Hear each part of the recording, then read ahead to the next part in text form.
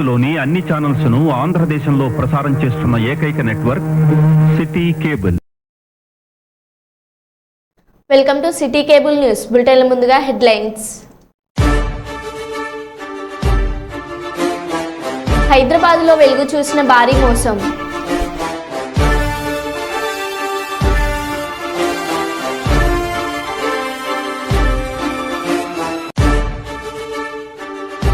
మంగళగిరిలో 2,30,00,000 రూపాయల కరెన్సీ నోట్లతో అలంకరించబడిన వినాయకుడి మండపం.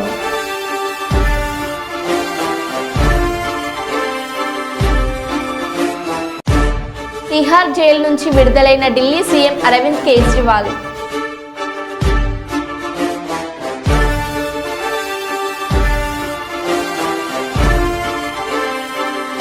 వరద బాధితుల సహాయార్థం సీఎంకు విరాళం చెక్కును అందజేసిన బాలకృష్ణ కూతురు.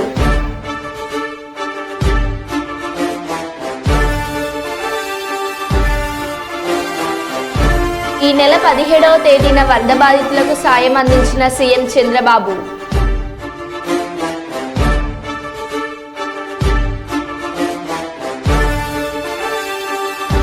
సాంప్రదాయానికి ప్రతీకగా నిలిచిన అమలాపురం కూరగాయల మార్కెట్ వర్తకుల కోలాటం.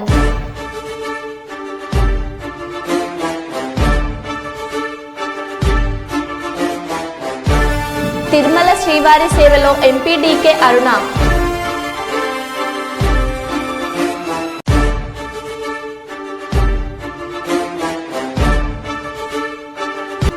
వరంగల్ నగరంలో ప్రథమంగా 40 అడుగుల భారీ మట్టి గణపతి విగ్రహం.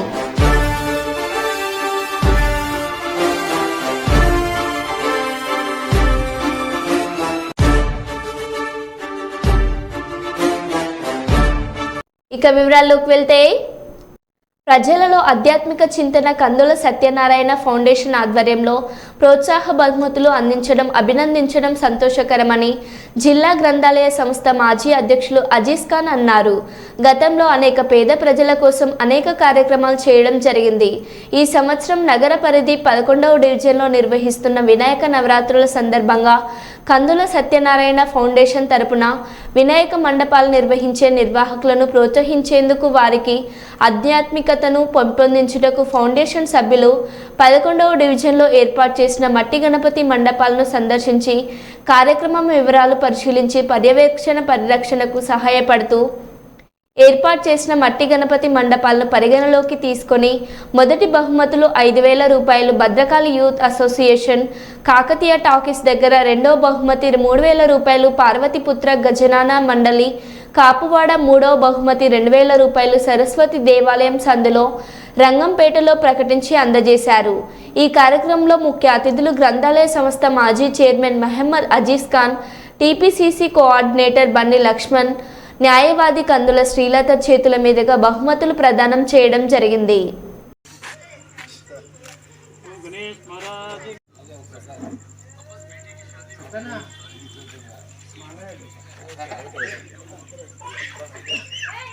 కందుల సత్యనారాయణ గారి తనయులు తనయ కందుల శ్రీకాంత్ గారు, అలాగే కందుల శ్రీలత అడ్వకేట్ గారు ఒక మంచి కార్యక్రమాన్ని డిజైన్ చేసి వారి తండ్రి గారైనటువంటి కందుల సత్యనారాయణ గారి ఫౌండేషన్ ద్వారా గతంలో సామాజిక సేవలు, వరద బాధితులకు ప్రొవిజన్స్ తీసుకున్నలో కానివ్వండి, పేద మహిళల్లో అనాథలను ఆదుకోవడంలో, వాళ్ళ పెళ్లిలో సహాయ సహకారం అందించడంలో లాంటి సామాజిక కార్యక్రమాలు గత 20 సంవత్సరాల నుండి చేస్తున్నటువంటి సందర్భం.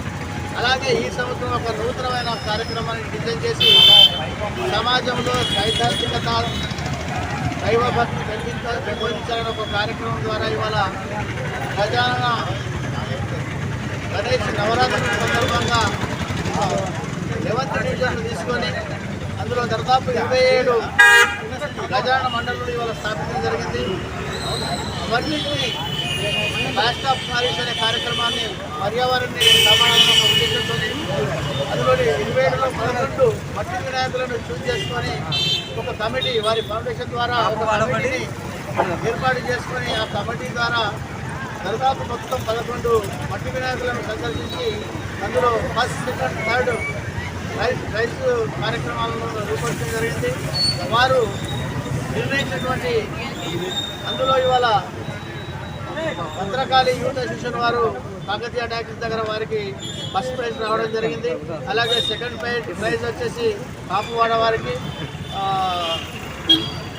పార్వతీ పుత్ర గజాన మండలి వారికి, థర్డ్ ప్రైజ్ వచ్చేసి రంగంపేట వారికి, సరస్వతి గజాన మండలికి రంగంపేట వారు రావడం జరిగింది.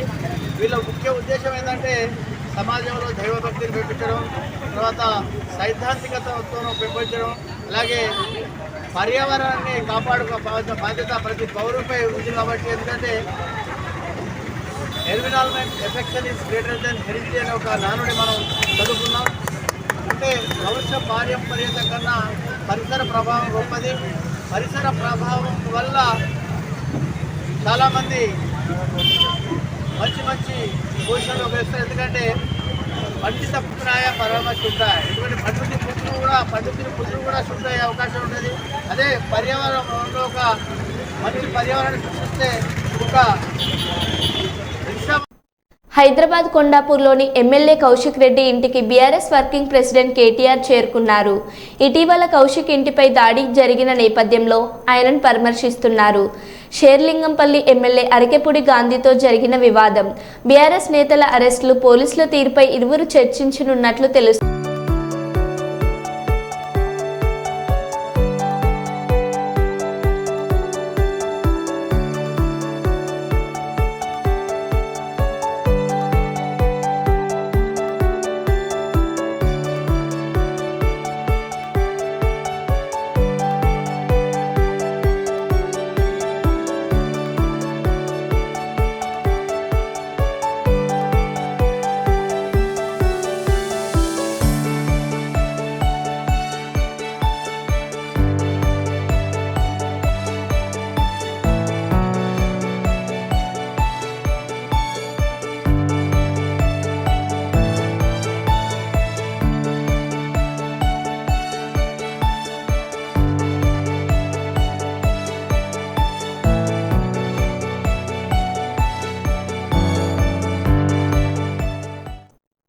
రాహుల్ గాంధీ అమెరికాలో ఇవాళ స్వేచ్ఛ, స్వాతంత్రం, న్యాయం, ధర్మం అని లెక్చర్లు ఇస్తున్నాడు.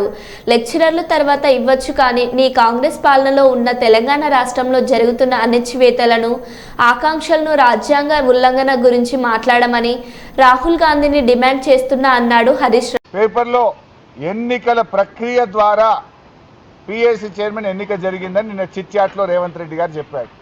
ఇదో సమస్య రేవంత్ రెడ్డితో. చిట్ చాట్లో చెప్తాడు, నేనేడన్నా అంటాడు. నేను అన్నే లేదంటే, ఎందుకంటే దాని ప్రూఫ్ ఉండదు కదా, వీడియో ఉండదు. ఇప్పుడు గతంలో ఢిల్లీలో చిట్ చాట్ చేసిండు. ఏమన్నాడు? అదానికి ఓల్డ్ సిటీ అప్పచెప్తాడు. ఏం సంగతే, నువ్వు ఎట్లా అప్పచెప్తావు అదానికి ఓల్డ్ సిటీ అని మేము అడిగితే అసెంబ్లీలో ఏమన్నాడు? నేనేడే చెప్పిన, పేపర్ వాళ్ళు తప్పు రాసిరు అన్నాడు. ఇది కూడా నిన్న ఢిల్లీలో చెప్పిండు చిట్ చాట్లో. ఏమని? పిఏసి చైర్మన్ ఎన్నిక ఎలక్షన్ ద్వారా జరిగింది అన్నాడు. జరిగిందా ఎలక్షన్? ఎలక్షన్ కాదు, సెలక్షన్ ద్వారా జరిగింది. ఎలక్షన్ ఎక్కడ జరిగింది? నేను అడుగుతా ఉన్నా. ఒకవేళ నామినేషన్లు ఎక్కువ సంఖ్యలో వస్తే ఒక నామినేషన్ను తిరస్కరించాలంటే రాజ్యాంగం ప్రకారంగా ఎన్నిక జరగాలి. అసెంబ్లీలో ఎన్నిక పెట్టి సింగిల్ ఓట్ మెజార్టీ ద్వారా ఎలిమినేట్ చేయాలి కదా. ఎన్నిక జరిగిందే? బులెటిన్ ఇచ్చింది. It is not election, it is the selection of Revanth Reddy. ఎందుకంటే ఎలక్షన్ జరిగితే స్పీకర్ గారు శాసనసభ విలువాలి కదా. శాసనసభలో నేను వేసిన నామినేషన్ను తిరస్కరించాలంటే అది స్పీకర్ గారు కాదు, సభ నిర్ణయించాలి. ఎలక్షన్ ప్రక్రియ ద్వారా నిర్ణయించాలి తప్ప ఒక వ్యక్తులు నిర్ణయించడం కాదు. అంటే నోరిప్పితే అబద్ధాలే. తిరుమల వెంకటేశ్వర స్వామిని దర్శించుకున్న బీజేపీ జాతీయ ఉపాధ్యక్షురాలు మహబూబ్ నగర్ ఎంపీ డీకే అరుణ కుటుంబ సభ్యులతో కలిసి విఐపి బ్రేక్లో స్వామివారి దర్శనం చేసుకుని ప్రత్యేక పూజలు చేసి స్వామివారిని దర్శించుకోవడం చాలా సంతోషంగా ఉంది. నా గెలుపు తర్వాత తిరుమలకు వస్తా అని అనుకున్నాను. ఇవాళ ఆ మొక్కులు తీర్చుకోవడం సంతోషంగా ఉంది. ఆ వెంకటేశ్వర స్వామివారి ఆశీస్సులు ప్రజలందరిపై ఉండాలి. ప్రధాని మోదీ వికసిత్ భారత్ సంకల్పం సిద్ధించేలా ఆశీస్సులు అందజేయాలని స్వామివారిని వేడుకున్నాను. డీకే అరుణ.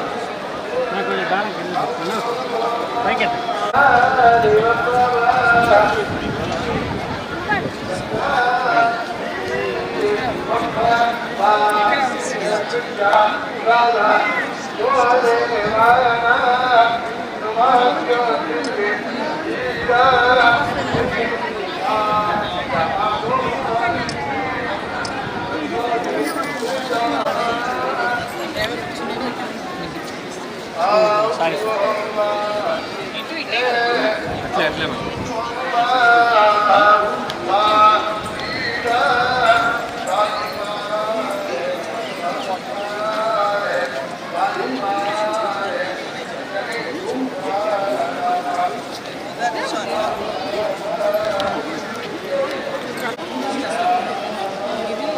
ఇటు వచ్చాను మేడం.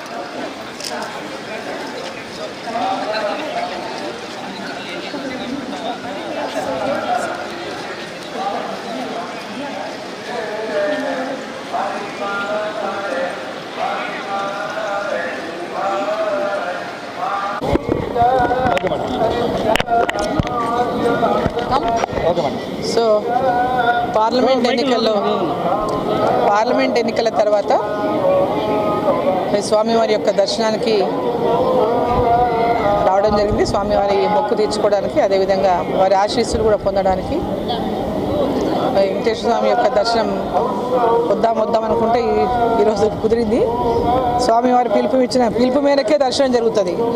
సో ఈరోజు స్వామివారి యొక్క ఆశీర్వాదంతో నరేంద్ర మోదీ గారి యొక్క నేతృత్వంలో, నాయకత్వంలో భారతదేశం ఏదైతే వికసిత్ భారత్ సంకల్పంతో నరేంద్ర మోదీ గారు మరి ముందుకెళ్తున్నారో ఆ సంకల్పాన్ని నెరవేర్చాలని వెంకటేశ్వర స్వామిని కోరుకుంటున్నాం. మైబాద్ ప్రభుత్వ ఆసుపత్రిలో ఎంపీ పోరిక బలరాం నాయక్ ఆకస్మిక తనిఖీలు. అనారోగ్యంతో బాధపడుతున్న బాధితులను పరామర్శించిన ఎంపీ. బాధితులకు మెరుగైన వైద్యం అందించాలని ఎంపీ ఆదేశం.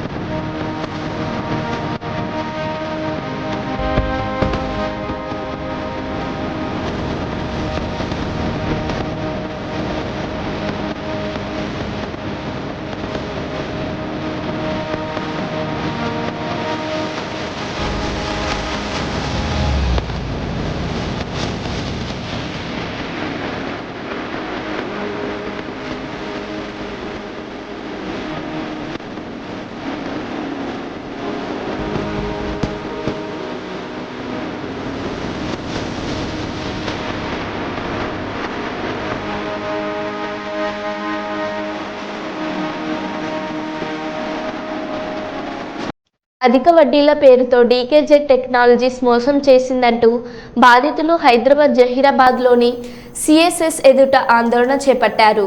మాదాపూర్లోని ఈ సంస్థ అధిక వడ్డీలు చెల్లిస్తున్నామని 700 కోట్లు సేకరించినట్లు బాధితులు తెలిపారు. ఫిర్యాదు చేసి 15 రోజులైన పోలీసులు పట్టించుకోవట్లేదని వాపోయారు.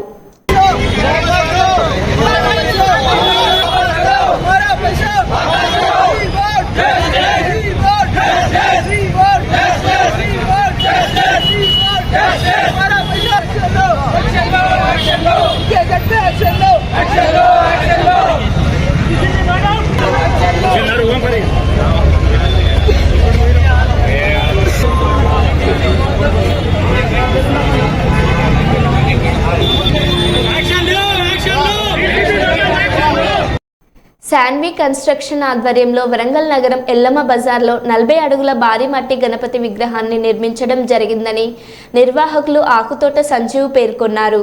45 రోజుల పాటు 40 మందిని పని వాళ్లచే 40 అడుగుల భారీ గణపతి విగ్రహాన్ని నిర్మించామని, ప్రతిరోజు నిత్య గణపతి హోమాలను నిర్వహిస్తున్నామని, 10 మంది వేద పండితుల చేత నిత్య పారాయణం నిర్వహిస్తున్నామని, ఆధ్యాత్మికత ఉట్టిపడేలా కార్యక్రమాలు చేపడుతున్నామని, ఇప్పటి వరకు వివిధ ప్రాంతాల నుండి 1,00,000 మంది భక్తులు సందర్శించుకున్నారని, ప్రతిరోజు 10 నుండి 20 వేల భక్తి మందులు వస్తున్నారని, ప్రసాద వితరణ చేస్తున్నామని గణేష్ మండప నిర్వాహకులు ఆకుతోట సంజీవ్ కేటైమ్స్ టీవీ ప్రతినిధితో పేర్కొన్నారు.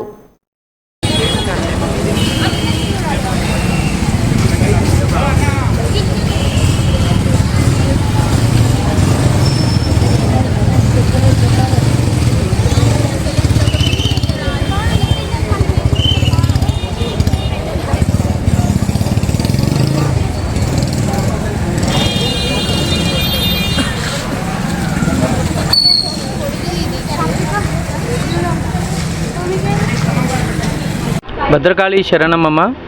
నా పేరు ఆకుతోట సంజు. ఈ 40 ఫీట్ల మట్టి గణపతిని ఎల్లమ్మ బజార్ వరంగల్లో నిర్మించాము. ఇది నేనే నిర్మించానండి. దీనికి కారణం ఏంటి అంటే ఫస్ట్ మట్టి గణపతిని ఎందుకు పెట్టాలంటే పర్యావరణాన్ని కాపాడాలని. ఇంకొకటి ఏంటంటే మా పిల్లల కోరిక మేరకు లాస్ట్ ఇయర్ మా బాబు 4 years, పాప 6 years, వాళ్ళ కోరిక మేరకు లాస్ట్ ఇయర్ నాకు చెప్పారు పిల్లలు, డాడీ ఒక పెద్ద వినాయకుడిని పెట్టాలి అంటే పెడుతున్నాం కదా ప్రతి సంవత్సరం. నేను 1991 నుంచి వినాయకుడిని పెడుతున్నాను, ప్రతిసారి పెడుతున్నా కదా అమ్మ అని అంటే, కాదు ఈసారి చాలా పెద్దది పెట్టాలంటే పిల్లలే కదా పెడతా తీయన్నట్టుండే. జూలై 2024లో జూలైలో డాడీ లాస్ట్ ఇయర్ చెప్పాను కదా వినాయకుడిని చాలా పెద్దది పెట్టాలని అని చెప్పి మట్టి వినాయకుడిని పెట్టాలని చెప్పారు. అది భగవంతుని రూపాల ఆ చిన్నపిల్లలకు భగవంతుడే వచ్చి చెప్పించినట్టు నాకు చెప్పించినట్టు అయింది. అందుంచి వాళ్ళ కోరిక మేరకు నేను ఇంత పెద్ద భారీ గణపతిని పెట్టాను. అలాగే తెలంగాణ జిల్లా అంటే ఫస్ట్ వినాయకుడు అంటే ఖైరతాబాద్ అంటారు. అలా కాకుండా వరంగల్లో కూడా పూర్తిగా పర్యావరణాన్ని కాపాడేందుకు మట్టి గణపతిని 40 ఫీట్ల మట్టి గణపతిని దాదాపు 45 రోజులు శ్రమించి 40 మంది వర్కర్స్ దీనికి సహకరించారు. దీన్ని దాదాపు ఇక్కడనే నిమజ్జనం చేసేందుకు కూడా ఏర్పాట్లు చేస్తున్నాము. ఈ విగ్రహానికి లాస్ట్ రోజు పాలతోటి నిమజ్జనం చేసి విగ్రహాన్ని అంతా కరిగించి అదే మట్టిని మళ్ళా చెరువులో నిమజ్జనం చేసేందుకు ప్రయత్నం చేస్తున్నాము. అంతేకాకుండా ఇక్కడ నిత్యం గణపతి హోమాలు, ఇవాళ శుక్రవారం చండీ హోమం అయింది. ఆ స్వామివారికి రోజు మరకతలింగానికి రోజు అభిషేకాలు సాయంత్రం దాదాపు 10 మంది వేద పండితులతోటి ఇక్కడ పారాయణాలు ఇట్లా అవన్నీ నిత్యం. అంటే ఇప్పుడు మండపాలు అంటే వినాయక మండపాలు అంటే ఒక ఎంజాయ్మెంట్ కాకుండా ఈ ఓన్లీ ఆధ్యాత్మికంగా ఉండాలని ఇక్కడ వేరే యాక్టివిటీస్ ఏం లేకుండా నిత్యం పూజలు, అరే ఇక్కడ పూజలు బాగా జరుగుతాయి అనే సంకల్పంతో ప్రతి ఒక్కరూ ప్రతి మండపాలకు కూడా పూజలు చేసి గణపతిని ఫస్ట్ ముక్కోడి దేవతలలో గణపతిని కొలుస్తారు. అలాగే మనం గణపతినే ఫస్ట్ మంచిగా భక్తి శ్రద్ధలతో కొలవాలి. అంతేకాకుండా దాదాపు ఒక 20,000 మందికి 10,000 నుంచి 20,000 మందికి రోజు ప్రసాద వితరణ జరుగుతున్నది కంటిన్యూషన్గా. మన ఇప్పటి మటుకు ఇది 7వ రోజు. ఈ రోజు మటుకు దాదాపు 1,00,000 చిల్లర మంది దర్శించుకున్నారు మన ఇక్కడ వరంగల్ గణపతిని. వరంగలే కాకుండా ఉమ్మడి వరంగల్ జిల్లాలోనే ఇది పెద్దది. ప్లస్ చుట్టుపక్కల విలేజ్లు ఉమ్మడి వరంగల్ జిల్లా నుంచి వెళ్ళి భక్తులు కూడా ఇక్కడికి వస్తున్నారు.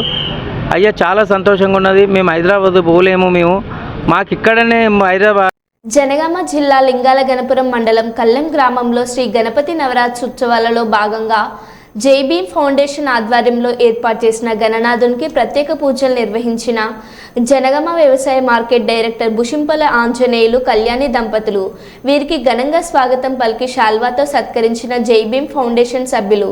అనంతరం మహా అన్నప్రసాదం కార్యక్రమం నిర్వహించారు. ఈ కార్యక్రమంలో జైభీమ్ ఫౌండేషన్ సభ్యులు, గ్రామ ప్రజలు తదితరులు అధిక సంఖ్యలో పాల్గొన్నారు.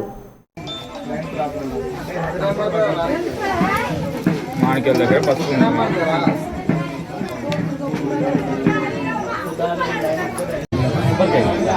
ప్రసాదం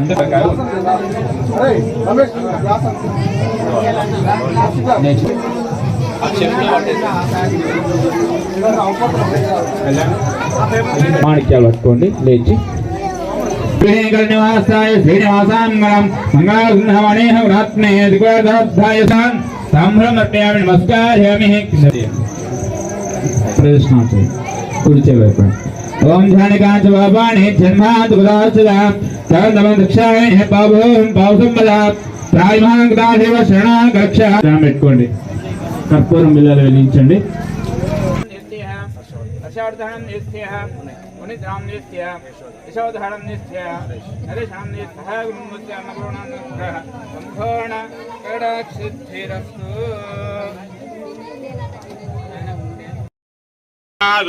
లక్ష్మీ గణాధిపతమస్తే అదోధ్యాదేవి లక్ష్మీ వసుంధర సంరక్షాయం దేవి లక్ష్మీ వసుంధరే నమ ఆయన దేవినదే క్షదాయ నమస్కారం దేవి లక్ష్మీ వసుద్ధాక్ష. వ్యవసాయ ఏఎంసీ డైరెక్టర్ బుషికంపల ఆంజనేయులు కళ్యాణి గార్లచే నిర్మించబడిన మహా అన్నదాన కార్యక్రమం మొదలు కానుంది. కావున భక్తులందరూ త్వరగా రాగలరు. ఆలోచిస్తే ఆశాభంగం. చెట్టు కింద ఉన్న మహిళలు, రోడ్డు మీద ఉన్న అమ్మలు, పెద్దలు అందరూ వచ్చి కావచ్చు, నేనే కావచ్చు, మీరే కావచ్చు, అందరూ బాధపడాల్సి వస్తుంది. విస్తరాకులు ఎక్కడ పడితే అక్కడ వేయకండి. భోజనం వడ్డించే యువకులు ఎంతో ఉత్సాహంతో ఉన్నారు. అదే ఉత్సాహాన్ని కొంచెం పెంచండి. అందరూ లైన్లో వేచి ఉన్నారు. సీరియల్ టైం కూడా అయిపోయింది కాబట్టి అందరూ మన కోసం ఈరోజు ఒక 20 నిమిషాలు కేటాయిస్తారని కోరుకుంటున్నాం.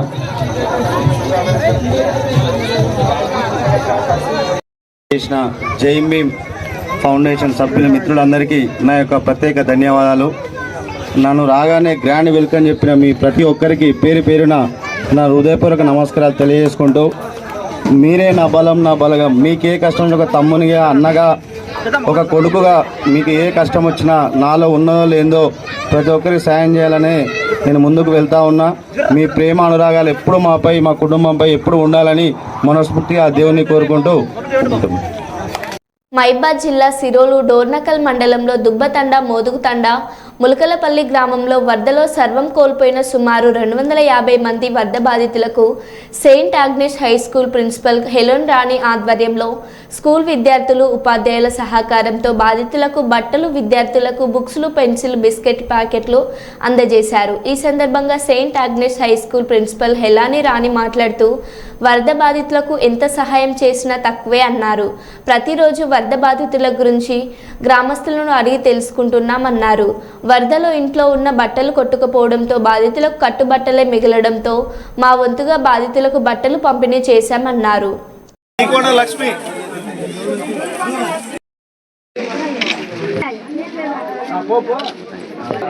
నవీన్ సార్, అసనమైన వెంకటేష్, వెంకటేష్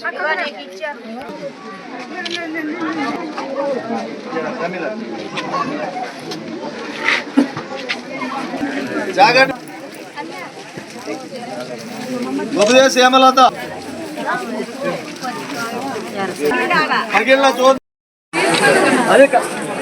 రాజు, విజయ, రాజు తీసుకొని రామగిరి, వీరయ్య, అన్ని పోయినాయి. ఏం లేవు, చెప్పు కిందికి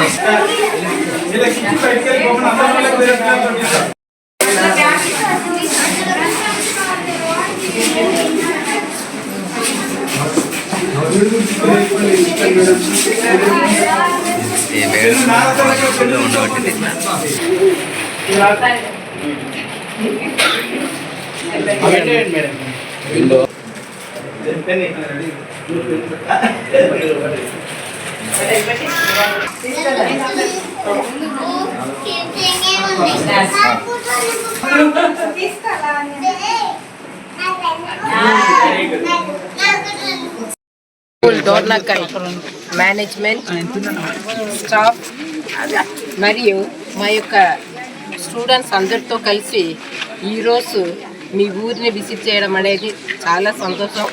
కాకపోతే ఇంకొక విషయం చూస్తే చూడటానికి బాధ అనిపిస్తుంది. ఒక్కొక్కరి విషయాలు వింటుంటే ఇంత పోగొట్టుకున్నారా అని అనిపిస్తుంది. కాకపోతే మేము అన్నీ చేయలేము.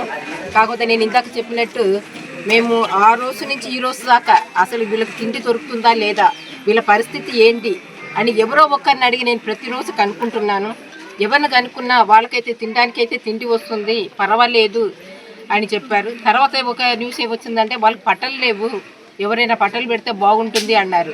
బట్టలు పెడితే మంచిదే పెట్టాలి. నేనే స్వయంగా వెళ్ళి మీకోసం మంచిది సెలెక్ట్ చేసి, నేను మీకు తృప్తి కనిపించి అనుకుంటాను, నేనే వెళ్ళి స్వయంగా సెలెక్ట్ చేసి ఇస్తే మంచిది ఇవ్వాలి అని లిస్ట్ తీసుకొని సార్ ఇందాక 140 మెంబర్స్ ఇచ్చారు. మేము 140 మెంబర్స్ కూడా మీకు ఇస్తున్నాం ఈ ఊర్లో. మళ్ళీ ఇంకా 2 ఊర్లో కూడా ఇస్తున్నాం. సో మీరు మాకు ఛాన్స్ ఇచ్చినందుకు మీకు కూడా ధన్యవాదం. ఎంతో కొంత మా వంతు మేము చేయగలిగినందుకు మేము కూడా తృప్తి చేస్తున్నాం. మీ నష్టాన్ని మేము పూర్తిగా చేయలేము. కాకపోతే మీతో మేము కూడా ఉన్నాము అని చెప్పటానికే ఇంత దాకా వచ్చినామే కానీ మేము ఏదో పెద్దలు చేస్తాం కాదు. కాకపోతే ఇప్పటి నుంచి అయినా మీరు అంత మంచిగా ఉండాలని, మీరు సేఫ్గా ఉండాలని మనసారా కోరుకుంటూ, మీకు ఇంత అవకాశం ఇచ్చినందుకు మీరు తీసుకోవడం కూడా అంత ఈజీ కాదమ్మా. ఇవ్వడం కూడా మాకు తృప్తి ఇవ్వచ్చు, కానీ తీసుకున్నప్పుడు మీకు కూడా బాధ అనిపిస్తుంది. అయ్యో ఇంకొకరి కాడ తీసుకోవాలా అని అనిపిస్తుంది. కానీ మీరు మనసారా మమ్మల్ని దీవించి మేము ఇచ్చిన ఈ చిన్న గిఫ్ట్ని కూడా తీసుకున్నందుకు మీకు కూడా ధన్యవాదాలు. పాఠశాల విద్యార్థులకు ఈరోజు మా సహాయంగా మేము విద్యార్థులకు పెన్నులు, పుస్తకాలు మరియు వరద బాధితుల్లో కోల్పోయిన వారికి మేము వస్త్రాలు ఇవ్వడానికి వచ్చాము. మా స్కూల్ తరఫు నుంచి మేము మా విద్యార్థులము, మా గురువులు అందరూ కలిసి కొంత మనీ డొనేట్ చేసి ఆ వస్తువులు తీసుకున్నాము. ఇలాంటి అవకాశం కల్పించినందుకు అందరికీ ధన్యవాదాలు. అదేవిధంగా కొందరు దాతలు పెద్ద మనసుతోటి వాళ్ళని ఆడుకోవాల్సిందిగా మేము కోరుతున్నాము. మేము చిన్నారులకు పాఠాలు చెప్పి వాళ్ళతో ఎంతో సంతోషంగా గడిపాము. మరో బులెటిన్లో మళ్ళీ కలుద్దాం. Stay tune.